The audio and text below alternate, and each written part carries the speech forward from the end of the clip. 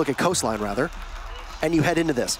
This momentum that you see Nora-Rengo carry forward, even if we just want to look at the expressions and the posture and the body language of these players, Rogue does not look as happy as Nora-Rengo. They don't look as ready and as motivated. And we'll start things off on Coastline for our third matchup with the very first ban going to Nora-Rengo, and it will be a Glaz. It's their third time banning Glaz so far here. And a Lion ban, imagine these bans are probably going to shake out the same, Michael. Very similar, if not identical. The only deviant we saw in the previous ban phase from the first one was Valkyrie instead of a Maestro. And we're going to see Valkyrie again. So no changes whatsoever. It is banned by Rogue, same as it was in the previous map, which means, I'm guessing, Echo, as that's been Nora's ban on defense for the previous two maps. And there you go. Echo's gone. Not surprising. This is what you usually see in this level of play. Very specific bans, but also ones that they need to have consistently. Glaz, of course, one of those operators that is going to dictate the site push. Lion, one of those operators that's going to dictate period. Valkyrie, great information gathering. Echo, same thing, but with the added benefit of plant denial. Overall, very popular operators and ones that sometimes you just don't want to deal with. Speaking of not wanting to deal with, Blackbeard in play here. He's going to be a force to be reckoned with on Coastline. Of all maps, this is the perfect place for Slashhug to prove how good he is as a Blackbeard. Interesting to know whether he's going to run the DMR or the Assault Rifle. Of course, the Assault Rifle coming more into the fold as it did receive a slight buff. The DMR received a nerf too, but this was a while ago. Yeah. I mean, honestly, they're both good. You can't really go wrong between the DMR and the Assault Rifle. I think it's just personal preference. And a big thing to note with Siege is I think a lot of players will notice this when they try to play a DMR is it can be a little bit difficult to transition from using fully automatic weapons when you're on attack or when you're on defense to using a semi-automatic weapon. It can be kind of disorienting. You know, something that sometimes people will almost neglect to account for, which is why we see people use the Assault Rifle. You click the button once, assuming that it will hold down, and then only one bullet comes down. You're like, oh, no, oh, no. Oh, right, I picked the other one. Oh, and then sometimes when you have the Blackbeard shield, you're like, oh, I'm still alive. I can still win this. Those extra milliseconds that the Blackbeard shield will earn you are super important in any fight, and especially if you're making hiccups like that. But as we go into the double bar defense, an interesting setup from Nora, making use of Alibi, something you don't see every day. And you saw two of those Alibi Prismas over by the blue bar, or sorry, the Sunrise bar, not the blue bar. And that is, this is a correct statistic here. In Atlantic City, Nora-Rengo did handily beat Rogue on Coastline 5-1. It was very swift after Consulate was taken by Rogue, and then went to Coastline, which was Rogue's pick at the time. And at that time, Nora-Rengo didn't really play this map. Yeah, I think that was really the kicker. That was when Nora decided, hey, maybe we're good here. Maybe we should play this more. Yeah, maybe it's a good idea. And since then, they have played it quite a lot, and they have been successful on it. So Rogue are definitely going to need to fix the mistakes that happened last time. But that was so long ago now, Parker. And with the operator bans in that pool, it's almost a completely different game. And speaking of the operator bans, I want to take a second here. Coastline, you almost always see Mira get banned. She is one of the best things for defenders to use to their advantage on a map that is usually the map where attackers win more than they don't. But when you've got a Mira and a Maestro both on the board, a Mira and a Maestro, that is pretty good for the defenders. And it might give you a fighting chance on some of these sites, especially Penthouse and Theater. We're going to start on the double bars downstairs. You expect the defenders to win Kitchen as well. So this could give Nora-Rengo a very good start if they can walk away here. And they are investing a lot of bodies up top, and they are on a collision course with Rogue for the time being. There's a mirror window situated that's going to be staring in towards the billiard table from Hookah. You've got Easily as well as the Zofia of Eclipse. Now inside of Aquarium, lots of utility in there. Waka from below as the Alibi, just waiting to see if somebody's going to drop through that courtyard, and there you go. But Waka will miss his shots. Can we see the tide start to turn, and Eclipse will walk away with kill number 1, super felt by Mariu, so Nora-Rengo will at least take down the Ash, and now Eclipse finished off. That's Ray getting the kill with the UMP, and Nora-Rengo will retake a numbers advantage. Capilla with a dangerous rotation, and he will die because of it. Shuttle takes him down from the main lobby. That's a great job to even things out into a 3-on-3. Some more damage being done to Mariu all the way inside. And Rogue are fighting back quite fiercely. They have not let it slip away just yet. They're in a much better position on Coastline, I think, to get these refrags somewhat delayed compared to what we've been seeing from their opponents. Mario, excellent angle play there. It manages to get the kill on Shuttle easily now.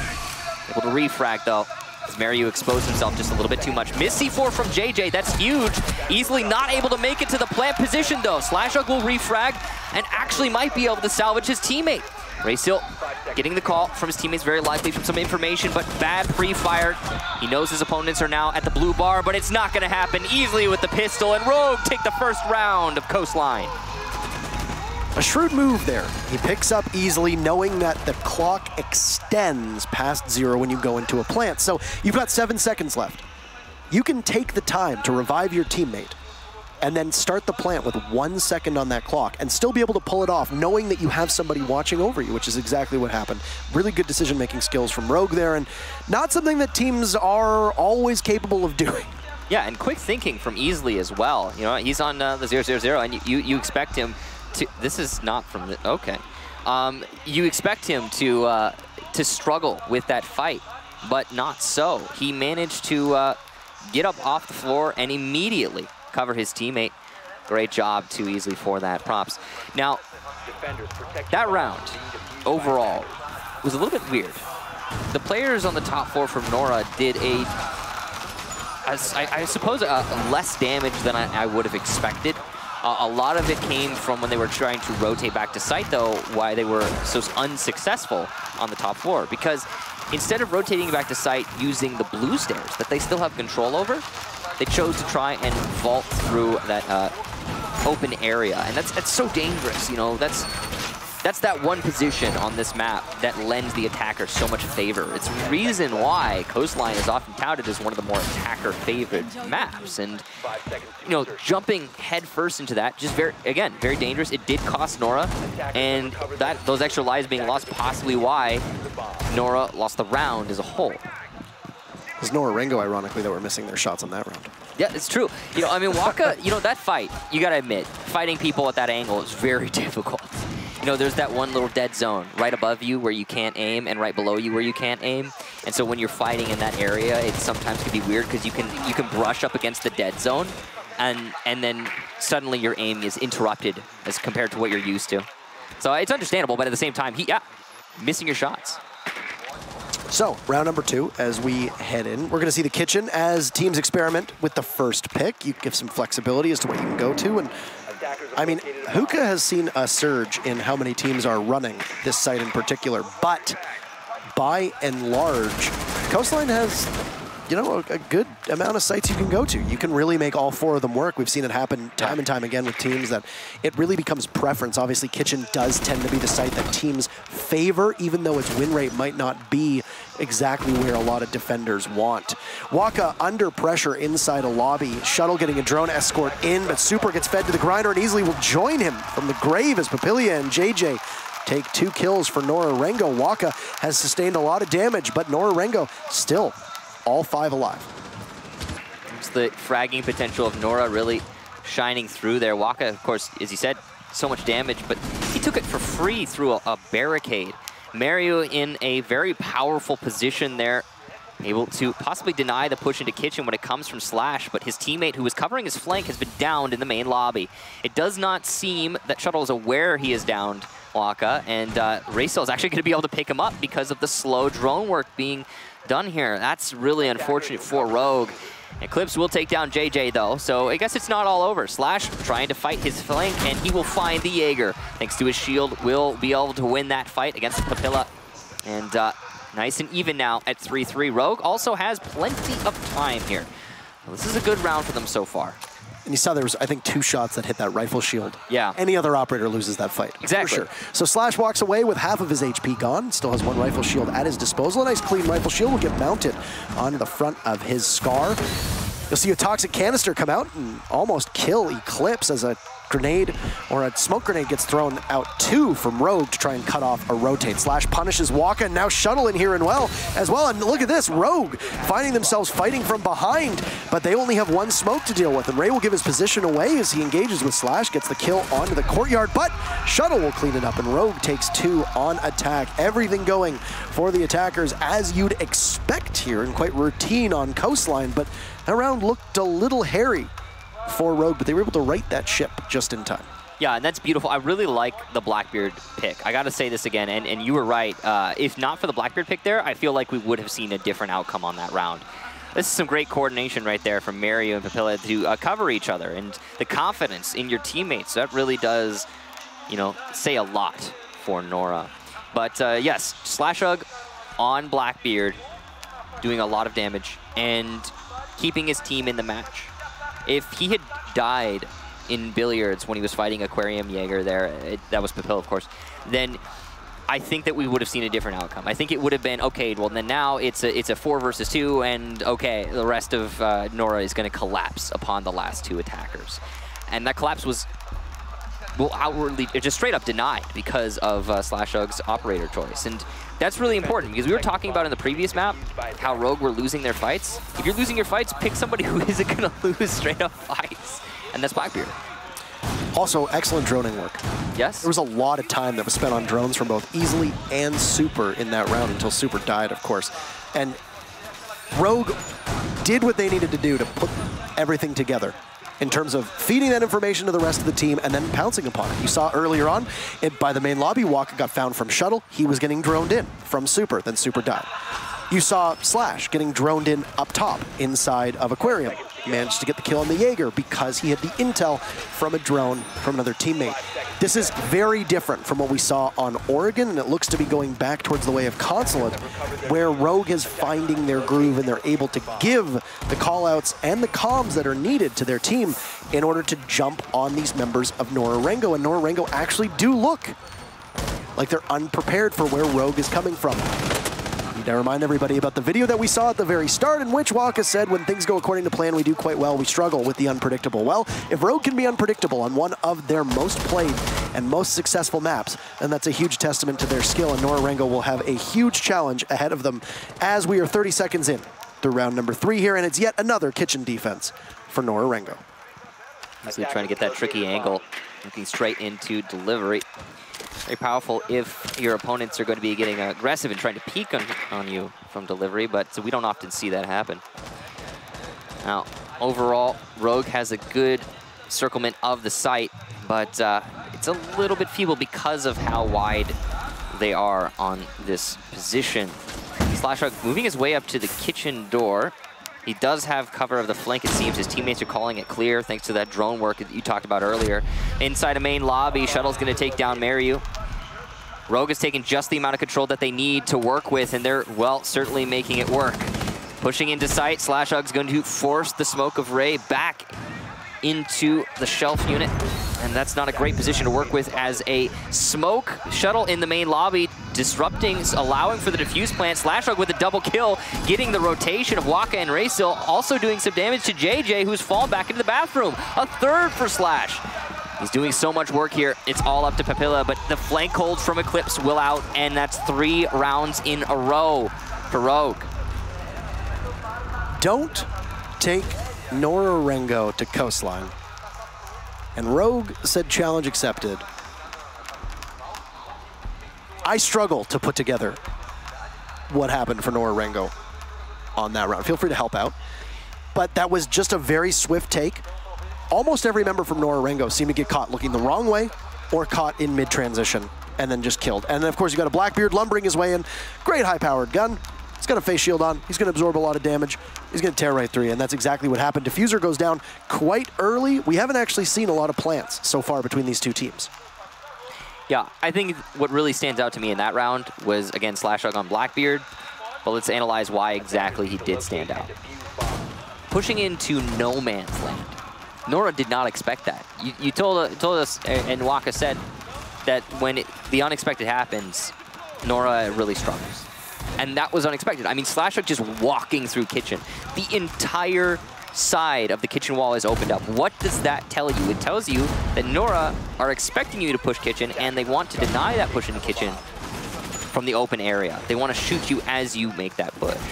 Slashug, though, aware that his flank was clear because his teammates were covering it, given the confidence of the Blackbeard shield, able to just push straight into the site and do so much damage that it was impossible for Nora to recover at that point. Well, not necessarily impossible, of course, but just, well, too difficult, too much for Nora to handle.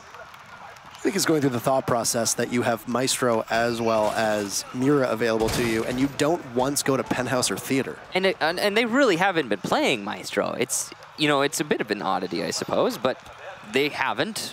They've just instead just been choosing to go with a more standard lineup. Wow. I feel weird saying standard and not including Maestro. So kind of an odd choice from Nora. They could have been bringing Maestro for most of these rounds. I believe they have brought him, but just not very often.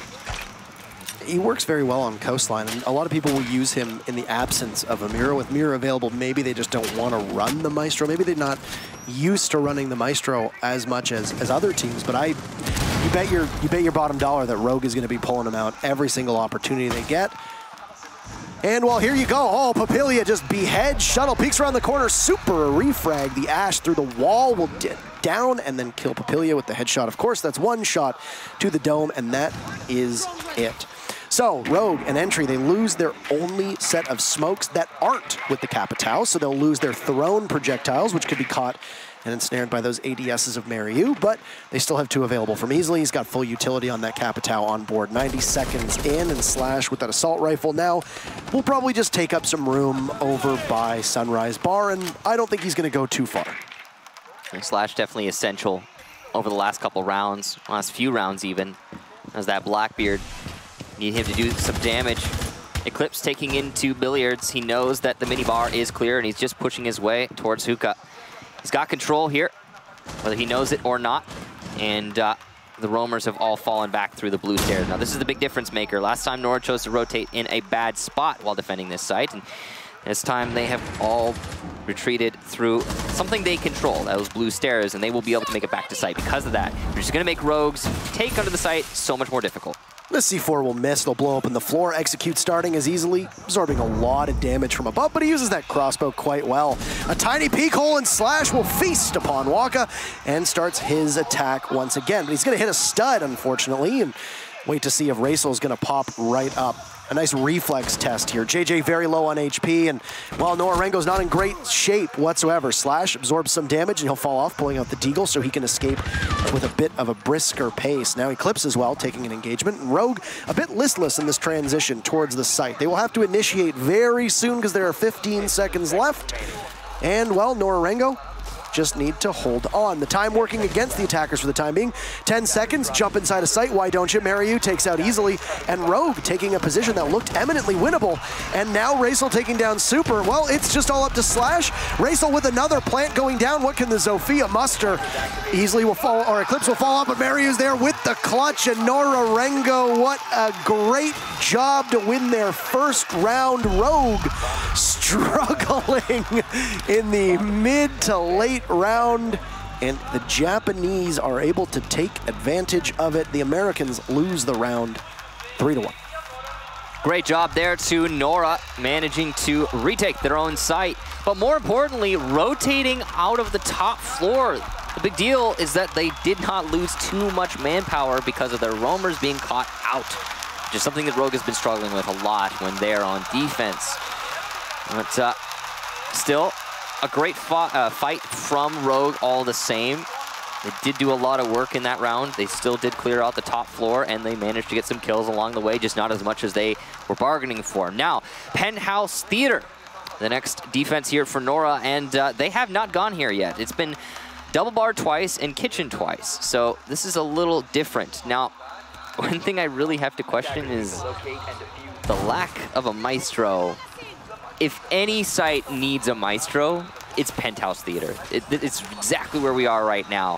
The fact that we do not have him and instead an Alibi is truly puzzling to me. I understand Alibi is a powerful operator, in the right hands, I understand Waka might prefer to play Alibi, but as you can see, Waka has not been doing very much in this match, or this map so far, and you know, all things considered, Alibi, when it really comes down to it, is a fragging operator. If you're playing Alibi, it's because you want to frag, and if you're not fragging with her, then pick something that's going to be a little bit more useful to the team, is what I say.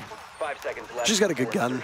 You know, she's fast, she's got impact, she's able to create some confusion with her gadget. She also has the Bailiff 410, which is currently being used by Waka, which means that you're able to blow open some soft walls, but I mean, it's not going to have the same destructive capabilities of a normal shotgun. It's more of a pocket pistol that is able to blow up small parts of the wall. Even JJ's shotgun has more destruction. You know, I mean, overall, I think just a really odd pick. And you, again, Maestro has the same shotgun. If your decision is, we want the sidearm shotgun, then you've got another choice that's available. Although, you know, they could still make it work. As much as we want to question the operator selection there's still very much potential for this to go Nora's way. They're not going to lose based off of one potentially bad operator selection. I was going to note on that last round that the way that Eclipse was playing it upstairs along with Super by Hookah, it looked like Rogue was completely blind. They were checking with their own eyes rather than with drones all that information, checking the corners manually. And that speaks to me that your drone economy has not been very strong. Maybe you bet the farm on an early amount of information with the drones and you lost them all. Who really knows? It's very hard to keep track of exactly who's doing what with drones, how many are remaining, etc. Could have been that they used them all and somebody died and they had a drone in a disadvantageous place. I'm not really sure, but it definitely seemed like Rogue were really struggling through that mid-round to be able to put things together because they didn't know where to go. Now, we are in the midst of the mid-round, and the first kill is going to go to Shuttle as he eliminates the Jaeger of Papillia. And then Ray is also going to take a tiny bit of damage, losing about 25% of his HP. His Shuttle's still on Repel. Shoots that very common soft wall all the way deep inside of the back of Theater. You can see Waka's going for the run out on the north balcony. He will not land his... Oh, wow, what a flick from Waka. Refragging from Easily kill earlier in the round. The entry by VIP is working out great for Rogue, but they have lost the Blackbeard, who has been one of the most powerful forces so far in this match for Rogue. Now, Nora might be able to recover, and through the smoke, JJ gets Eclipse. An excellent job. The C4 will miss. The diffuser being planted on top of bed means that denial from below will not be easy, but JJ takes down Shuttle, and Raysil onto Easily. The flank from Guitar. What is happening? Rogue fall apart. Nora take the round, and they push it to 4-1 in the first half. Rogue looked like they were in such good position to hold every angle, and they had so much working for them, and they just couldn't do it. Yeah, and correction on there, it's 3-2 actually for Nora, my mistake. Rogue managed to get themselves up quite significantly on the first half, still winning it, despite losing that last one. The 3-2 is pretty even on Coastline, right? And I mean, that round in particular, Rogue looked so primed and ready to face off against them, but they didn't anticipate that Raysoul was going to push in through VIP and then through Guitar. They didn't expect that JJ miraculously through the smoke was going to get 2 kills. And then you had Super downstairs on flank watch trying to figure out where Waka was. Well, they didn't think he was going to burst through what appeared to be security or even just the main lobby stairs, and caught Super watching the hatch. But tough position for Super to be in because you're an Ash trying to retake a site. Mira's in play, and then still a roamer that you don't know his exact location. And this could be a big problem for Rogue as they emerge from the first half 3-2. That's as narrow a split as you're going to get through a first half, especially on Coastline. You got to run those numbers up. Yeah, and one thing I'm really worried about is that one of the weakest links in Rogue's strategy as a whole, whether it be attack or defense, so far has been the roamers. And roaming on Coastline is, of course, essential. It's a lot easier than some of the other maps because, you know, you find a way to make it work. Because if you don't, you're going to have a hard time on this map. But if Nora are as efficient at hunting down the roamers in this map as they have been in the previous 2, this might be it for Rogue, despite them going into the second half of the in the advantage.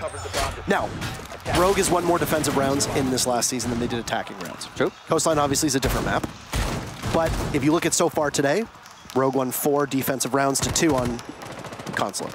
They won 2 defensive rounds to 1 on Oregon. So right now, that pattern is still emerging. Now, they're going to need to at least match their total on attack, which was 3 rounds, in order to walk away with a victory here, unless they decide to go to overtime, and that's not usually a decision that people consciously make. So, as we head into the second half of this map, it's 1-1. No APAC team has ever made it out of the quarterfinals. True. Nora-Rengo are poised in a good position to do so. Now, they still trail, but they do have the side working in their favor. And, well, you see 2 members of Nora-Rengo already in the building. And, they'll lose a mirror window on Rogue's behalf. The Bandit unable to connect, and Eclipse will miss the Twitch Drum. Papilia absorbing damage as he vaults in through the window in the circle, and he gets taken down from Super, playing through the drone hole. An excellent play from Rogue to fight back against this aggressive push. Now Eclipse walks up and takes out Waka, and it's Nora-Rengo treading water and almost drowning here as they manage to get to almost the halfway mark of this round. JJ from Aquarium. And he's the one in the off angle trying to meet up with Mario and establish some semblance of control. Raysil inside of Penthouse, narrowly missing out on a kill, but will get the follow-up onto Eclipse, and Mario getting shuttle. A second for Raysil. What? Slashdot goes down, and suddenly Nora, from a 5-3 deficit, put themselves in the driver's seat with plenty of time. And 2 lit teammates, they will be going into the final minute. Easily pushing up aggressively on delivery, trying to catch his opponents off guard, though this is definitely a huge risk. Super inside of security, definitely a powerful position. He can hope to hold his flank. But all Legion traps. All Super's going to be able to do is possibly stop a push from office or main stairs. If they execute from over by delivery side or even kitchen, this could be a problem. And oh no! Easily jumps out. It's going to leave Super to have to rotate all the way back. And this is Nora-Rengo in excellent position to box out the late member of Rogue. Now, Super is the only person in this entire match that has full HP. And you still need to get Raysil with that diffuser into sight somewhere. An EMP will go off. Super looking calm and as poised as ever. Will need great ability to clutch this one out. He will get droned and have to push in towards the side of service entrance. Another EMP will go off. And if Nora-Rengo timed this correctly, it'll be a pincer that no amount of gun battles will be able to be overcome by Super. Expecting a possible push from Sunrise. He's looking that way, but there's one at the window. Super C's can't connect, and JJ will tie things up for Nora-Rengo. 3-3. The crowd firmly in favor of this Japanese team, and Nora-Rengo will even the odds against Rogue. So many opportunities missed there for Rogue. The vault from the Twitch into VIP. Player underneath him misses so many shots into the studs of the bars in the floor. I really don't understand how that happens. And from there, so a lot of damage being done. Super also missing opportunity through the drone hole. Yes, he got 1 kill onto the Twitch of Papilla, but the follow-up wasn't there. He actually had another player take up position, take up residence. I think it was Raysil, right where Papilla died. Not aware that the drone hole was how Super got the kill. And Super saw Raysil's feet and did not shoot because I guess he assumed it was a corpse. Unfortunate. Again, opportunities being missed from Rogue. You know, they're being presented with these and they're just not able to seize them. So here we go. Rogue once more onto Kitchen. It's gonna be their second attempt out of 2 total defense rounds. So they're just gonna try and stick to the, what is supposed to be the best site on Coastline for most teams, especially when you have the Mira in play. But that Mira hasn't been really that useful because of the Twitch. Big note here is that Papilla 6 picked off of the Twitch, if I'm not mistaken, into the Jackal, which is going to, I think, hurt somewhat, considering easily is still bringing the Mira. That's what you got to keep in mind about momentum on this map in particular. Now you're facing the fact that you're going to be on defense. It's not always comfortable to possibly defend and hold some of these sites. You're going to get a second crack at Kitchen, where usually you're going to be doing it without a Mira, which can make you a little hapless in certain circumstances, but you've got things working in your favor with these defensive operator bans. Yeah, and we are seeing the Maestro come out from Rogue. That's important to note. While Nora chose to avoid the Maestro, not so here for the Americans. So hopefully an interesting decision being made, and something that will likely help the defense quite a lot. North balcony control, the first step here for Nora as they aim to take control of the top floor. Once you've got control above kitchen, you can do a lot of damage. That could be a free kill there. The drone onto Slash as he looks up through the hole. If it's called out properly for Nora, I mean, yeah, that is a free kill for the attack. But Slash, unfazed, unaware of the information that's being called out onto him, and he will continue to fight this angle.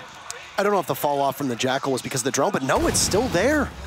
An EMP will go off just above, and some bandit tricking from Eclipse as they're trying to invest in those two hard walls upstairs inside a theater. That's going to be Nora-Rengo's biggest focus, as they have just the Hibana with them to be able to take these long angles with the X-Karos and be able to possibly open walls up without putting yourself at danger as you would with a thermite. So Nora-Rengo, 90 seconds in, and they're still trying to grab this bedroom in the penthouse away from Rogue. They haven't really been successful for much. There's very minimal map control for Nora-Rengo. They're still in transition for the time being, and well, now you're going to tag in Waka with this possible disruption from the concussive mines to try and peel off the bandit of Eclipse. Meanwhile, Slash has taken some damage, but that's really all that's happened here as we head into the final minute.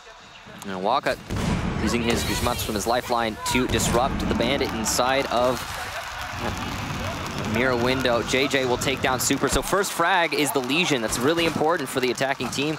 Less traps is much better. Shuttle will take down Waka through the smoke and get a second onto the Raysil. The push from the attack really not paying out for really well. So, but Pillow, what is going on? Pushes in and manages to get two, and suddenly Nora back in the lead. JJ also takes down Slashug, and a second for him. Nora get another round in a row. What is these fights that Rogue are supposed to be winning? They just aren't. The right call that was made there onto where that L85 was playing, and you see easily push the way he did.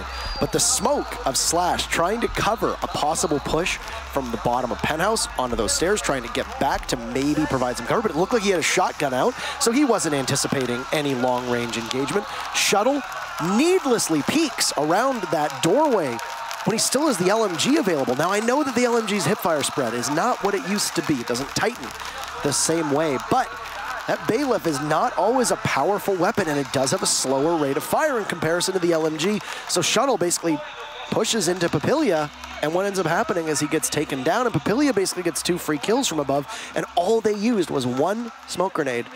Even though Shuttle got a kill through it, you still end up working yourself backwards because you lose 2 for 1. Very confusing round overall. More for Rogue than anything else. Nora, a big part of their success there was just simply being able to win their fights. And not just one fight, you know, consecutive fights for individual players. JJ at the end there, very, you know, close together double kill. And just in general, it seems like Nora, whenever presented with any kind of battle, no matter who's in that battle, it's Nora coming out on top. And it seems to be recurring throughout the entire match. Every kill that Rogue has is usually because of coordination, but the problem is, and while that would normally be a good thing, the problem is that Rogue's coordination, their drone work has not been as good as we expect from them. I mean, especially on the previous map, but a little bit here as well, what we saw in the first half. It's why they weren't able to have a 4-1 at the end there. Now they've somehow managed to lose the lead that they acquired in the first half. And 2 in a row for Nora on attack. It definitely seems like what we were talking about earlier, where if Rogue get players caught out of position, man advantage early for Nora, and then they're able to just lock it out. And that's what the attacks usually consist of for Nora. So they've now won 4 unanswered rounds. 3 for Rogue, 4 over to Nora-Rengo here, Michael, as they turn towards their 3rd attacking round. It's been 2 fruitless holds for Kitchen downstairs on Rogue's side of things. Thankfully for Rogue's fans, they will switch it up. So we're not going to see a 3rd crack at the same site. We're going to head to the double bars instead. Now, if you look at what happened when Nora-Rengo was defending, well, the bars were won once and lost once. The one time it was won was at the very final minutes on that pickup, if you recall correctly, from Slash and Easley. Nora-Rengo's first entry inside a hookah is going to come quite easily. There's nobody in there to really contest them. There's 3 reinforcements, 2 on the walls, 1 on the hatch. That's all really Waka's going to have to deal with, but he's expecting a push-up, cool vibe stairs, keeps going for the pre-fire, but nobody is taking the bait. Of course, these breaching charges on Twitch will allow him that soft destruction upstairs to put pressure on the defenders below. Oh, those breaching charges can be lethal if you place them right above your opponent, but Papilla's bullets even more so. Eclipse will be taken down. The push-up from the blue stairs, ill-advised. Papilla on the flank hold, potentially going to get a second, but no, easily wins that fight. Waka takes down Slash, though, so it's still advantage Nora-Rengo. Waka will be forcing easily back, but Super with the C4 evens things out into a 3-on-3. Shuttle will also take down Mariu. The push from the side entrance here from Nora is going to be quite difficult. They're going to Sunrise Bar, but all they have to use to their advantage is the same cover the defense have, and easily, clearly in the better position, gets a double kill and will lock out the round. Rogue win their first in 5 rounds. And easily playing behind the little bar inside of Sunrise Bar, or at least that little bar wall angle, and just popped up in the Vector. Doesn't have a big magazine, but it's got a great rate of fire, and it can just destroy anything in its line of sight, and that's exactly what happens. I am a little surprised at how quickly Rogue fell off of playing in hookah. Now, it did look like it was a deliberate choice, because they had Super below on that cardiac sensor, constantly feeding information to the rest of his team. So, Rogue will take their tactical timeout, and I think it's important to note that Nora-Rengo didn't take a tactical timeout in Oregon, and they haven't yet on Coastline. If this round goes in favor of Rogue, you'd imagine Nora-Rengo's probably going to use their tactical timeout at that point. But for Rogue here, you won the round, regain your composure, dive into the next round, because you're on defense, so you set the tempo. Where are you going to go? Well, right now, they have Penthouse Theater locked in. We can see that. It's not available for you for the time being. You'll see it in just a couple seconds when we come off the tactical timeout. And with that Penthouse Theater, there's no Mira for the time being on the board with Rogue either. That is most confusing for the site, unless they're fearing the Twitch that has been used so successfully from Waka over these last couple rounds. Curious thing is that Nora had great success with the Twitch and then stopped bringing the Twitch. I'm really wondering why. And here you can see that, I mean, we're still in that 6-pick phase. We could still see the Twitch come out here for Papilla, but he's seemingly sticking to his guns on the Jackal. Interesting choice. Again, he's doing a lot of work as Jackal, don't get me wrong. But, you know, opening up those mirror windows was very important. Now, important to note as well, hey, look at that. There's no Mira being played. So, a Rook instead. I don't know, man. This is a Penthouse defense. Remember when we were saying Maestro, one of the most important operators on this site, and why are you not bringing him, Nora? Now we're saying Mira, one of the most important operators on this site, and why are you not bringing him, or bringing her, rather, Rogue? And it's a curious choice, for sure. But I'm sure Rogue has some sort of strategy behind it. Maybe we're just going to get a little bit more aggressive. The Rook armor, I mean, again, Rook, 10 seconds left. one of those operators that I guess in year 1 was meta, but since then hasn't really been for very much. I mean, he's got the impacts, so he's a flexible 3 armor. And yeah, okay, looks like Shuttle's going to be playing him by Aquarium. Powerful position for a ACOG player with impacts. It's definitely one of the unique things about Rook. So might be able to do some work from there and be able to delay the Nora attack. Well, it's funny because before Maestro existed, the ACOG that you were always bringing, if it wasn't an Echo, was usually a Rook or a Doc. Yeah. Rook would have the impacts available to open things up, and then as for Doc, well, you have the ability, if you're taking any damage through a lot of those soft walls or through the floors, which is quite often happening on Penthouse or Theater, you can always heal yourself back up. So, I mean, Maestro is really shaking things up just by virtue of the fact that he has an ACOG, but I mean, that long line of sight, think back Theater. If somebody drops inside a bathroom or somebody's trying to fight you all the way over from the bed or over by Hall of Fame, you have an ACOG at your disposal, and the MP5 is a pretty decent and respectable gun to be able to take that fight with, especially more so than some of the other Defender guns. Oh, man, it's a laser beam. And if you land the headshots, it's lethal. Now, inside a guitar, you can see a very aggressive Slash, I believe, or no, it was Super, who will just fall back after he starts getting pressured. Probably the right call, as this is not an easy fight to win the Defender. VIP control just in the making for the attack right now. And they're coming from inside after pushing into Hookah. Eclipse caught in the hallway and will die to Papilla. That's a huge kill for Nora. They've just disabled the Evil Eyes from being used in terms of zapping people. And from below, Papilla's gonna do even more damage to Super. We'll whip out the shotgun in an attempt to finish off the Jaeger, but it's not gonna happen. Jaeger was not down, but the marks, excellent play and use of the utility there. Easily on either 1 HP or down. Can't quite tell, but he is definitely not in a great spot. That's the 1 HP playing by the guitar hallway. He will finally be finished off by JJ, but Slashog able to refrag, playing by the dresser inside of Penthouse. Again, as we theorized, a very aggressive defense from Rogue. And there's only a minute left for these teams to try to work this out. Mario's gonna catch Super as he backs up, and Nora-Rengo on the cusp of match point here, but they will not go quietly into that good night as Shuttle eliminates Papilia. Slash pushes too wide. Mario eliminates him, but Shuttle's there. This is that ACOG getting put to good use, waiting to see if he's gonna peek again. Shuttle looks away at the last second, tosses out an impact grenade, and Ray will just miss it. No, it's a trade, but it doesn't matter because there's still one member of Nora-Rengo left. And they will go on to match point. Michael, the best chance an APAC team has ever had of making it to the semifinals to play against FaZe Clan tomorrow is here. I think it's worth noting, Rogue completely blew up their roles. They put Easily on the smoke. They moved Slash to roaming, Super to roaming. They put Shuttle on site. They completely blew up their role selection and went with something completely different. They didn't just blow up their role selection, they blew up their positioning. Everything was changed. It was all over the place for Rogue. And honestly, normally I would say that's a bad thing. But it seemed to be working for Rogue at the beginnings of that round. Their aggression, and it aided their synergy. It meant that there were refrags, like Slashug there, from the Penthouse, able to refrag after Easily was eliminated by JJ. We've been seeing kills go unanswered time after time for Rogue.